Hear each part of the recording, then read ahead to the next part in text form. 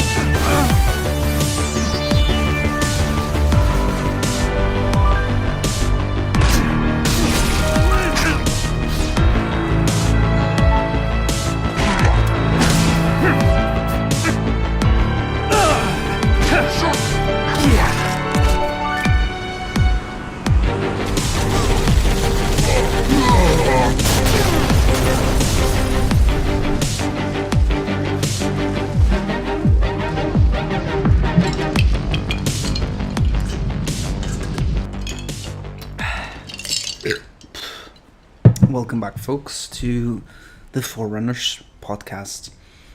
I'm sorry for drinking into the mic, but it's the only way that I can sustain myself in these trying times. I have been rescued from the, well, let's call it what it is, the Vindicated concentration camp. Ironically, by a German guy pretending not to be Jewish and then turning out to be Jewish.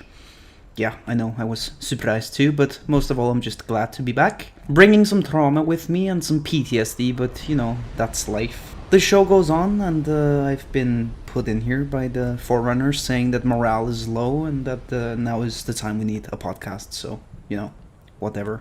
First of all, though, I'd like to say that we lost a great man, speaking of German people pretending to be Jewish. Corporal First Class and moderator of level 5, Hans Wehrmacht, was killed by Loxon during the daring escape from the Vindicated's concentration camp. And here at the Forerunners podcast, we would like to show you a montage of all our favorite moments with Hans. And I will just let that play while I go refill my drink. Thank you. What the fuck? So what's your name? Hans Wehrmacht of the Fingerspitzgefühl Division. I am a German forerunner from the beautiful land of Germany. The glorious lands of Germany, we are surrounded by white people at all times. Ah, the land of Germany was so beautiful back then. Not the gay sex kind. Husband's juicy HIV cock. You know, he always carried a signed copy of Mein Kampf with him at all times. I don't think Helms is a Nazi just because he's willing to talk to me despite being Jew? My Jewish family have been Jewish. No, sir.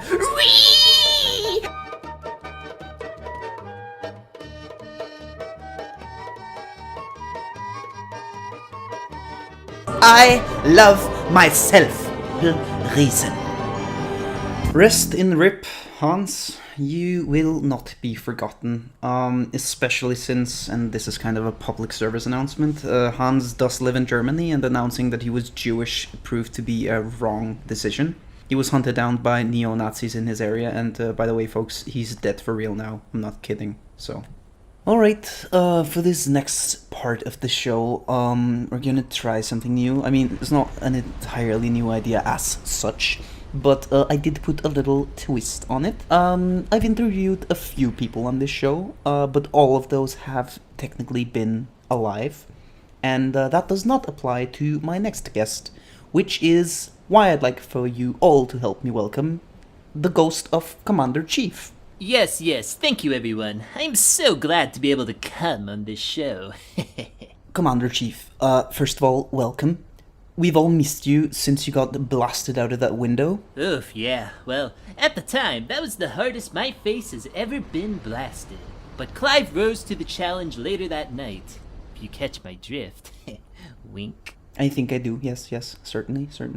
Now, the question on everyone's minds is, of course, how are you here, Chief? How are you a ghost? I mean, you are not actually dead. Let's remember you were just banned from a video game, so does that work with the whole ghost deal? Bjorn. What have I told you time and time again? That your bedroom door is always open if I feel gay someday? No, not that one. The one about logic. That logic is for faggots? Exactly. I'm here, I'm queer, and I'm a ghost. Boo! Stop thinking about it. What? You want everything in the show to make sense? I don't know, it might be nice for once. You see, this is the magical world of Halo Reach. Anything is possible. Players can smell through their headsets, fights can turn into animations somehow, indexes can 9/11 buildings, and somehow, we're all products of the autistic ramblings of a Scottish guy with motor skill defects and a sick obsession with retro games. What was that last part? Nothing. Anyway, I'm glad to see all the handsome soldiers that are still working to defeat the Vindicated. Booker gives me courage, even in death. You're not dead. And most importantly, as long as all the players of Xbox Live refuses to bow to the tyranny of Luxon, she'll never win. God, I hate women. And not just because they lack cocks. That seems kind of misogynistic, Chief. I mean, let's not alienate our female viewers, all three of them. Well, if a woman turned the guy you saw as your son that you had with your gay husband into a textbook Judas, I think you'd be feeling pretty misogynistic too. I trusted Dilo, and look where that got me. I'm a fucking faggot ghost! Which still does not really make sense. Anyway, I'm gonna go exploit that fact and go spy on some of the new recruits in the changing rooms. Maybe eject some hot ectoplasm on them, if you know what I mean. Well, thanks a lot for your time, Commander-Chief. You are banned, but not forgotten. And hopefully you will not have been banned in vain, and the Forerunners will succeed in bringing down the Vindicated. Oh, I have a feeling they will. Keep up the good work, Bjorn. If you find any visits to bookerbusters.com on my work PC, that was pure research. And for Seaman's sake, will someone clean up my body? Alright, then there you have it, folks. My first interview with a ghost, or at least someone who was banned and then somehow reappeared in a see-through form. I don't know, people. I mean, this show is it's so far off the rails you can't even see it anymore. Regardless, this has been the Forerunners podcast. I hope you're all feeling informed and morale boosted and so on and so on. As for my plans, I want to drink myself unconscious and cross my fingers that the boys bring home the trophy or whatever. As a special treat, I have a pre-recorded segment that we did earlier today, and I would like to play this for you. You can take that or leave it. I don't care anymore. Bye. And now for a very special segment, something I'd like to call Building Bridges. A part of the show in which I invite people into the studio who have different opinions on certain subjects. Having been recently held captive by the Vindicated, we don't have to get into that too much. I've had plenty of time to get to know Delta, not in a pleasant way, and it did not make him less of an asshole, by the way. But regardless, here he is today to debate the future of Halo. Welcome, Delta. Oh, silence, you Scandinavian trash. I hate you too. My second guest is representing the interests of the Forerunners, and even though he was recently discovered to, well, actually have been a fraud in regard to defeating Luxon. That's right! A big, fat phony. Yeah, shut up when the host is talking now. Anyway, ladies and gentlemen, please welcome Aladar. Thank you, Bjorn. Now, I understand that the two of you have actually known each other a long time, all the way back to the days of Halo 3. Know each other? We used to moderate together.